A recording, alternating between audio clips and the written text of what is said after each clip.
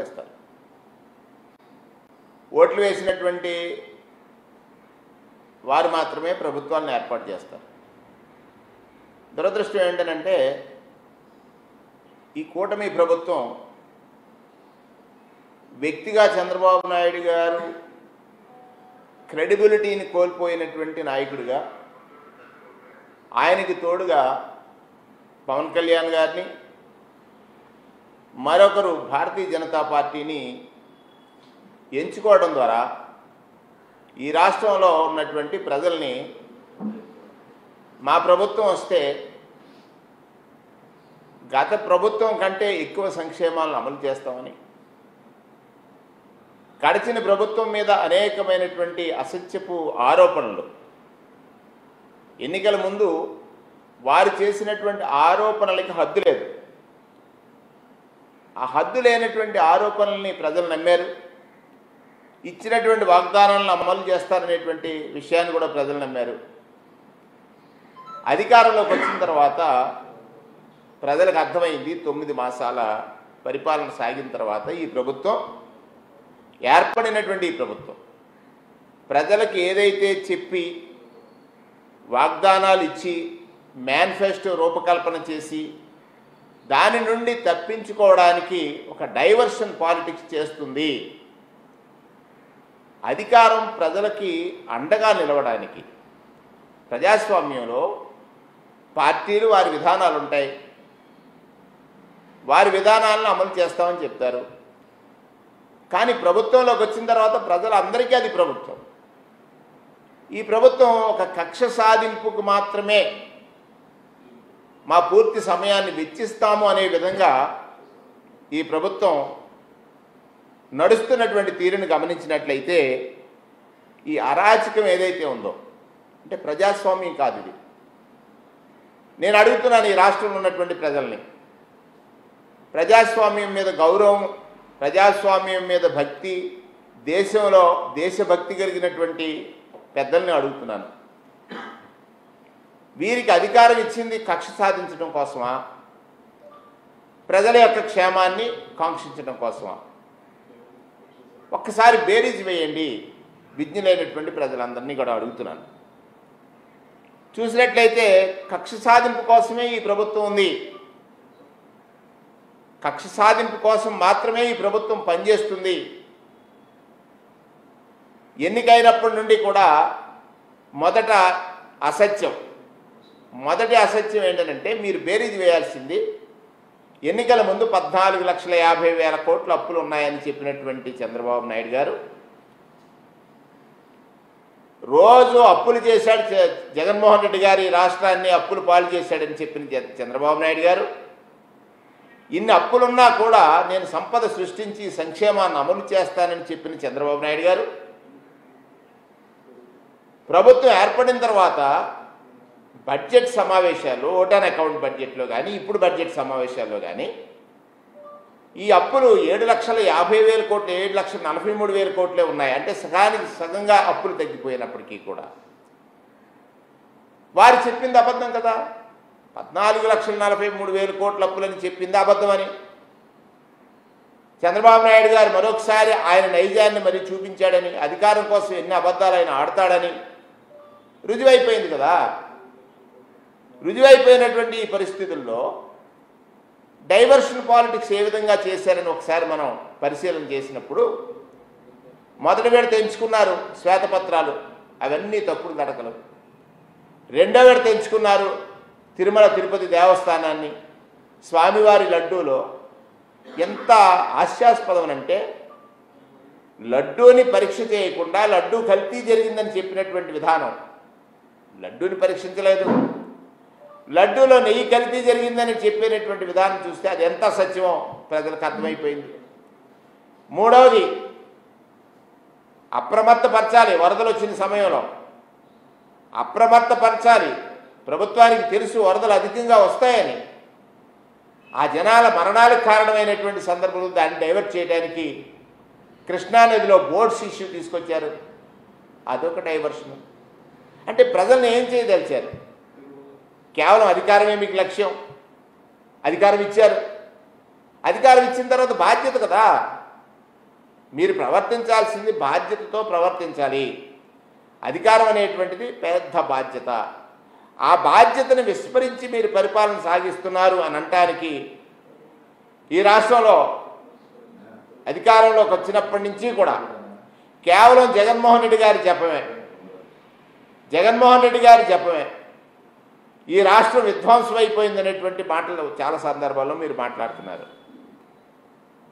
ఈ దేశానికి స్వాతంత్రం సముపార్జన కోసం చేసిన దేశభక్తులందరూ ఏం కోరుకున్నారు? ఈ దేశంలో పేదరికం నిర్మూలింపబడాలని, ఈ దేశంలో పేదవాడికి అండగా నిలిచి ఈ దేశంలో నేను కూడా గొప్ప జీవనం గడుపుతాననేటువంటి భద్రత పేదవాడికి కల్పించాలని, భిన్న కులాలు భిన్న మతాలు ఉన్నటువంటి ఈ దేశంలో సమానత్వం, బాబాసాహెబ్ అంబేద్కర్ కోరుకున్న సమానత్వాన్ని అందించాలని ఆలోచన చేశారే. తదనుగుణంగా యువకుడైనటువంటి జగన్మోహన్ రెడ్డి గారి పాలన సాగిస్తే మీరు అబద్ధాలతో అధికారంకి వచ్చి అబద్ధాలు చెప్పి అధికారం తెచ్చుకుని ఆ అబద్ధాలు చెప్పినటువంటి అబద్ధాల నుంచి ఎలా ఎస్కేప్ అవ్వాలనేటువంటి లక్ష్యంతో మీరు చేస్తున్నటువంటి పాలన చూసినట్లయితే కక్ష సాధింపు. ఈరోజు మీరు సోషల్ మీడియాని టార్గెట్ చేశారు. నేను అడుగుతున్నాను, మీ పార్టీ నాయకులు వైఎస్ఆర్ కాంగ్రెస్ పార్టీ పైన, జగన్మోహన్ రెడ్డి గారి పైన, జగన్మోహన్ రెడ్డి గారి కుటుంబం పైన అత్యంత హీనంగా పోస్టింగ్స్ పెట్టారే, వారి పట్ల ఎప్పుడైనా చర్యలకు ఉపక్రమించారా? లేదే. ఇవాళ సుమారు న్యాయస్థానాల పట్ల మీకు గౌరవం తగ్గిపోతుందా? న్యాయస్థానాలు మీరు లెక్క చేయని తనంలో ఉన్నారా అని ఆలోచించాల్సినటువంటి అవసరం ఉంది. ఇవాళ పోసాని కృష్ణమురళి ఆయన అరెస్ట్ చేశారు. నిన్న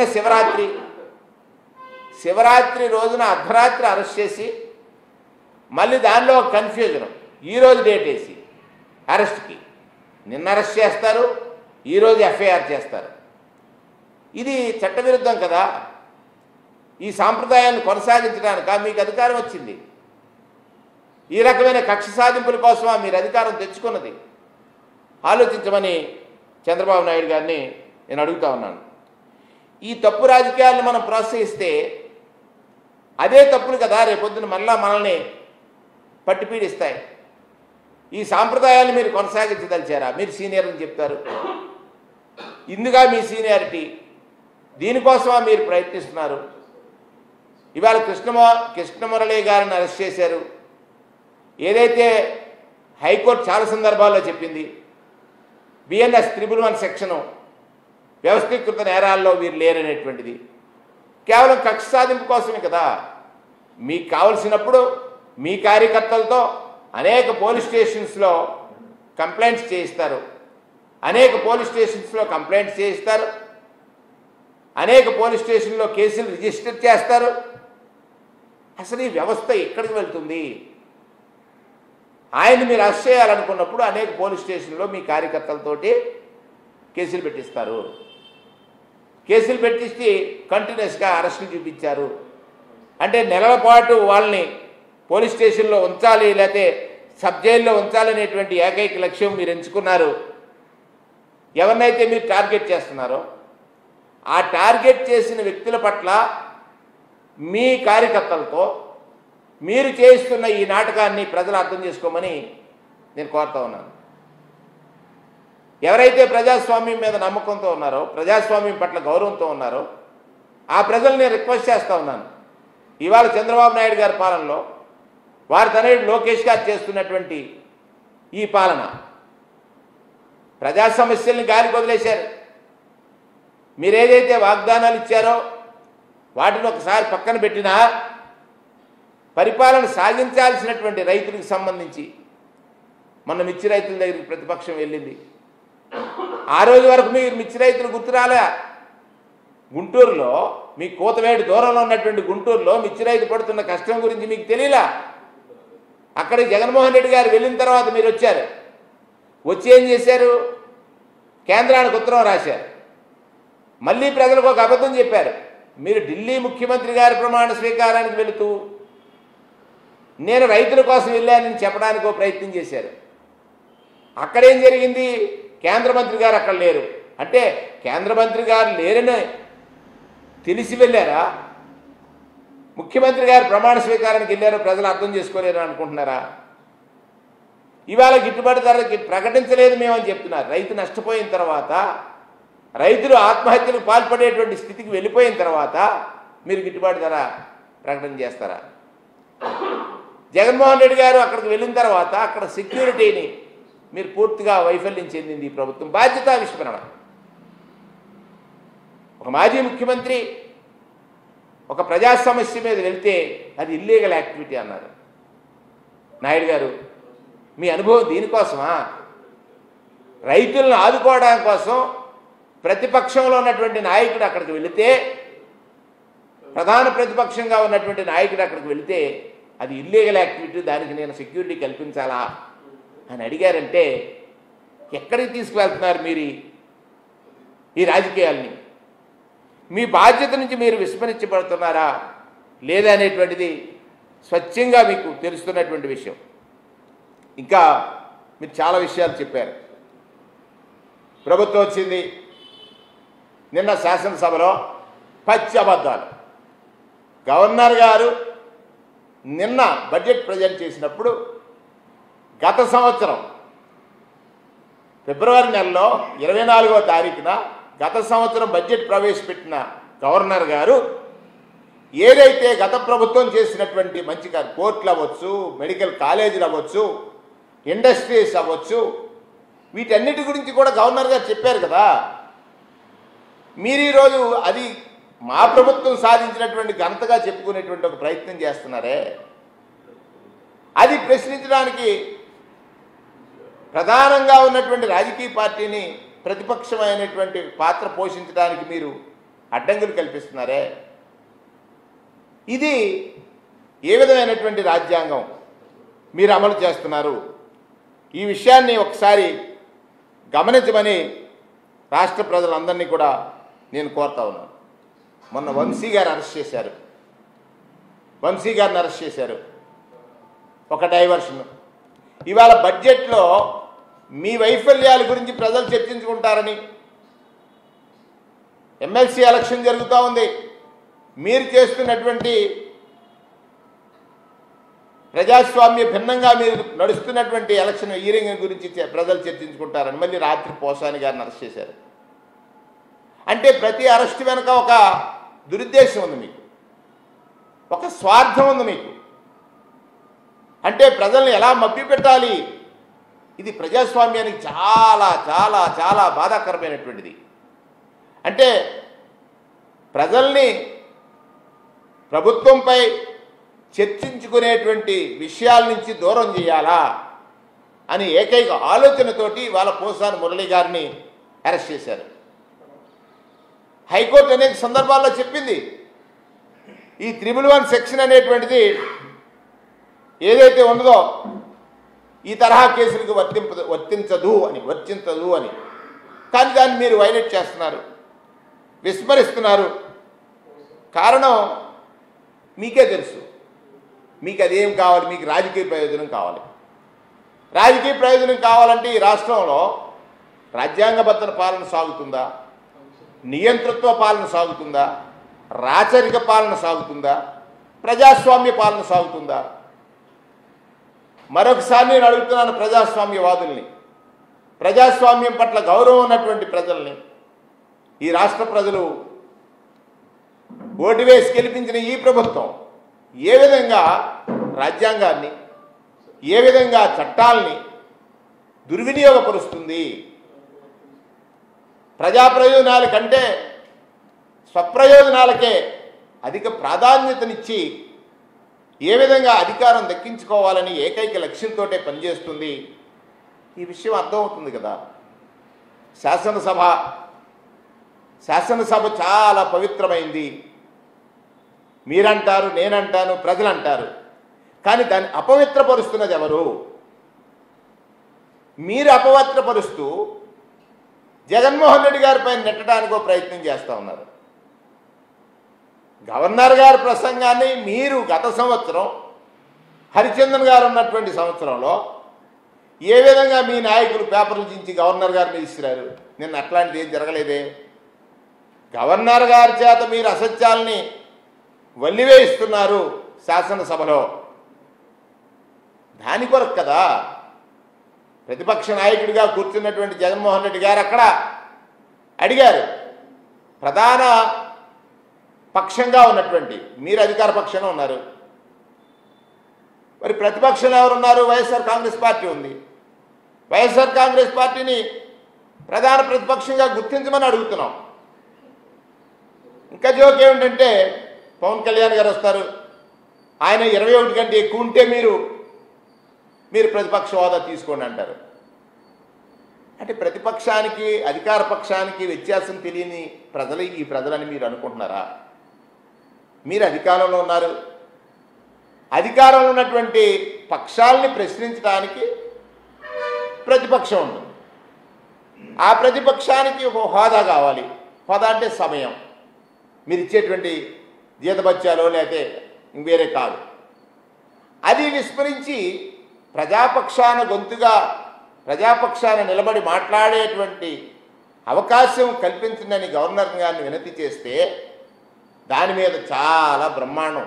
మీరంతా సస్యలుడు, ఎక్కడా కూడా అన్పార్లమెంటరీ వర్డ్ వాడనటువంటి వ్యక్తులు.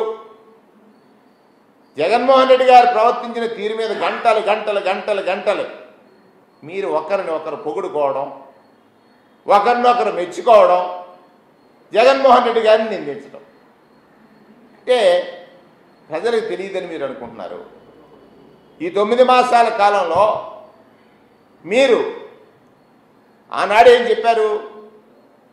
ఎన్నికల ముందు రోజు పత్రికల్లో రాయించారు, ప్రతి సభల్లో మాట్లాడారు. జగన్మోహన్ రెడ్డి లక్షలాది కోట్ల రూపాయలు అప్పులు చేశారని. అది తప్పులని తెలిసిపోయింది ప్రజలకి.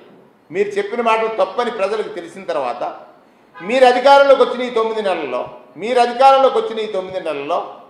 1,40,000 కోట్లు అప్పులు చేశారు. ఏం చేశారు ఆ డబ్బు? ప్రజలు అడుగుతున్నారు, ప్రజాపక్షాన్ని మేము అడుగుతున్నాం. మీరు ప్రతి నెలకి 15,000 కోట్లు చెప్పిన అప్పులు చేసి ఒక సంక్షేమ కార్యక్రమం అమలు చేయకుండా ఈ రాష్ట్రాన్ని అప్పులు ఊబిలోకి నెట్టేస్తుంటే అడగాల్సిన బాధ్యత ప్రజాపక్షాన ప్రతిపక్షానిది. అడిగితే జవాబు చెప్పట్లా. పోలవరం ఎత్తి తగ్గిస్తున్నారు. పోలవరం ఎత్తి తగ్గిస్తేటువంటి క్రమంలో పోలవరానికి ఈ దుస్థితికి కారకుడైనటువంటి మీరు, పోలవరానికి ఈ దుస్థితి రావడానికి కారకుడైనటువంటి మీరు మరలా పోలవరం గురించి గొప్పలు మాట్లాడుతుంటే యథార్థం ప్రజలకు చెప్పాల్సిన బాధ్యత ప్రతిపక్షం పైన ఉంది. మీరు తీసుకున్న స్వార్థపూరిత నిర్ణయం వల్ల కదా పోలవరానికి ఆ దుస్థితి వచ్చింది. మీరు సరైన ప్రోటోకాల్స్ పాటించకుండా బ్యారేజ్ నిర్మాణం స్టార్ట్ చేసి ఏదైతే ఉందో స్పిల్వే నిర్మాణం జరగలేదు, కాపర్ డ్యామ్ నిర్మాణం జరగలేదు. కాపర్ డ్యామ్ నిర్మాణం జరగకుండా, స్పిల్వే నిర్మాణం పూర్తిగా జరగకుండా, స్పిల్వే లేకుండా మీరు డయాఫ్రమ్ వాల్ వేశారు. కాపర్ డ్యామ్ 2 హోల్స్ ఉంచారు, అక్కడ స్కవర్ అయింది, కాపర్ డ్యామ్ పోయింది. ఇది యథార్థం కదా. దీని గురించి జగన్మోహన్ రెడ్డి గారిని నిందించడమే పనిగా పెట్టుకుంటే రాష్ట్రానికి ప్రయోజనం ఏముంటుంది? మీకు వయసు పెద్దది, అనుభవం ఉంది, మీరు మోడీ గారిని తిట్టగలరు, మోడీ గారిని పొగడగలరు, అమిత్ షా గారిని తిట్టగలరు, కొట్టగలరు, మరి వారిని పొగడగలరు. కానీ ఇక్కడ ప్రజలు నేను అడుగుతున్నది ఒక్కటే, నిజాయితీగా నిజం మాట్లాడేటువంటి నాయకుడు జగన్మోహన్ రెడ్డి గారా కాదా? చెప్పింది చెప్పినట్టు చేశాడా లేదా? ఇవాళ చంద్రబాబు నాయుడు గారు 3 మాటలు అడుగుతున్నాను నేను. ఎన్నికల ముందు విద్యుత్ ధరలు తగ్గిస్తానని చెప్పాడు, వచ్చిన తర్వాత పెంచాడు. ఎన్నికల ముందు మద్యం ధరలు తగ్గిస్తానన్నాడు, 9 మాసాల్లోనే మద్యం ధరలు పెంచాడు. ఏ మద్యం అయితే ఆనాడు వైఎస్ఆర్ కాంగ్రెస్ పార్టీ సమయంలో బ్రేవరీస్ నుంచి వచ్చింది, అదే మద్యాన్ని మళ్ళీ సరఫరా చేస్తున్నాడు. తాను చేస్తే ప్రసాదం, ఎదుటివారు చేస్తే విషం. ఇది వారి యొక్క థీరీ. మద్యం షాపుల్లో అంటే చట్టవిరుద్ధంగా బెల్ట్ షాపులు, చట్టవిరుద్ధంగా పేకాడ క్లబ్బులు, 100 రోజుల్లో గంజాయి నిర్మూలన ఇస్తానన్నారు. నేను అడుగుతున్నది ఒక్కటే, మీరు ఈ కక్ష సాధింపు చర్యలు మాని, ఈ రాష్ట్రంలో అగత్యాలు జరుగుతున్నాయి, బాలికలు అత్యాచారాలు గురవుతున్నారు. ప్రతిరోజు పత్రిక తిరగవేస్తే పసిబిడ్డలు మానరక్షణ లేకుండా ఇబ్బందులు పడుతున్నారు. మీ హోంమంత్రి గారు కేవలం జగన్మోహన్ రెడ్డి గారు తప్ప ఇటువంటి దారుణాలు కనపట్టలేదు. వాటి మీద ఫోకస్ చేయండి. పోలీసు యంత్రాంగాన్ని ఈ విధంగా మీకు వైరిపక్షంగా ఉన్నటువంటి పార్టీ నాయకుల మీద ఉపయోగించి అరెస్టు చేయించడం కంటే నేరస్తుల మీద, నేర ప్రవృత్తి కలిగిన వారిపైన పోలీసు యంత్రాంగాన్ని ఉపయోగించండి. ఉచితంగా ఇసుక ఇస్తారన్నారు, ఎక్కడైనా ఇచ్చారా? ఇసుక ఇవ్వలేదు కదా. దానికి ఒక ధర నిర్ణయించారు. నిర్ణయించిన ధరకి ఎక్కడైనా అమ్ముతున్నారా? లేదే. దానిలో మీ నాయకులందరూ దోపిడీ చేస్తున్నారని కూడా కూస్తుంది రాష్ట్రం అంతా. మీ దగ్గర ఇంత ఇన్ఫర్మేషన్ సిస్టమ్ ఉంది, దాన్ని ఆపలేకపోతున్నారే. అక్కడ ప్రజలకి ఇబ్బంది కలుగుతుంది. ఇవన్నీ ప్రజలు అడుగుతున్నారు. వారిని ఎలా డైవర్ట్ చేయాలి? కేవలం డైవర్షన్ పాలిటిక్స్ కోసమే మీరు ఇవాళ పొసాని మురళీకృష్ణ గారిని అరెస్ట్ చేశారు. ఇది ప్రజాస్వామ్యానికి మంచిది కాదు. ప్రజాస్వామ్యాన్ని గౌరవించే వారందరూ కూడా దీని మీద గ్రహించాల్సినటువంటి అవసరం ఉంది అని సందర్భంగా మనవి చేస్తూ, కేవలం ఈ రాజకీయం అంతా కూడా, ఇప్పుడు నడుస్తున్నటువంటి ఈ రాజకీయ ప్రక్రియ అంతా కూడా కక్ష సాధింపు పరాకాష్ఠకు చేరింది. ప్రజలను అర్థం చేసుకోమని సందర్భంగా మనవి చేస్తూ ఉన్నాం.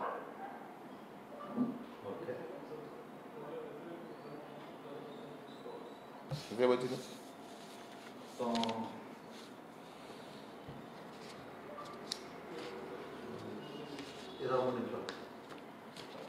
మన టైం ఏంటి?